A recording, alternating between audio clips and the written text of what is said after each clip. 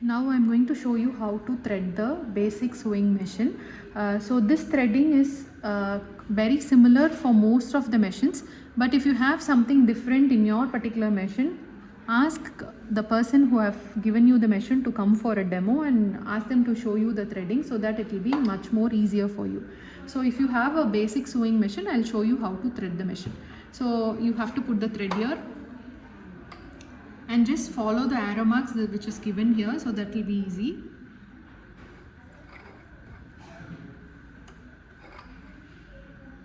And then final step is to put the thread from front to the back.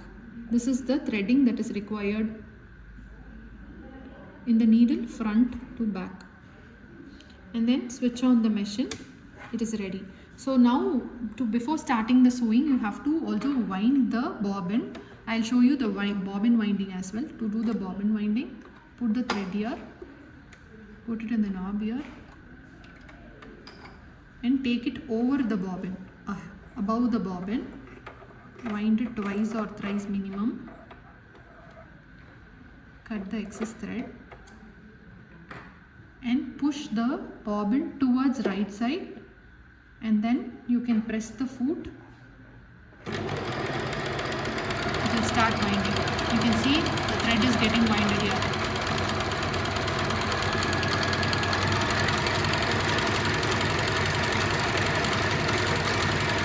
Once this has been winded sufficient quantity, you can just remove this by pulling it towards the left hand side.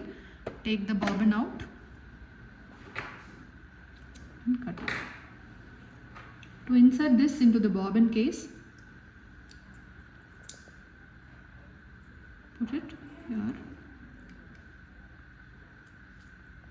and pull it through this small leaf like extension and pull the thread little out. It should come comfortably out. So this is how you have to test your bobbin case. Once this is ready, you have to put the bobbin inside your machine and set it. You have to hold the bobbin like this with the projected end towards the upward direction. Put it inside. Now you can see this, there is a small groove inside. You have to place this exactly the projection straight to the groove and give a small push.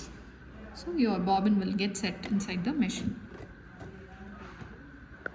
So now I have put the thread on the upper part and put it inside the needle. Now my upper thread is ready. I'm going to bring this lower thread to the top. Only then the machine will be ready to sew. For that you have to just rotate this flywheel. This is called as flywheel. I have to rotate it once. You can see the needle moving while I'm rotating the flywheel. So once this is ready, I'll just pull it up.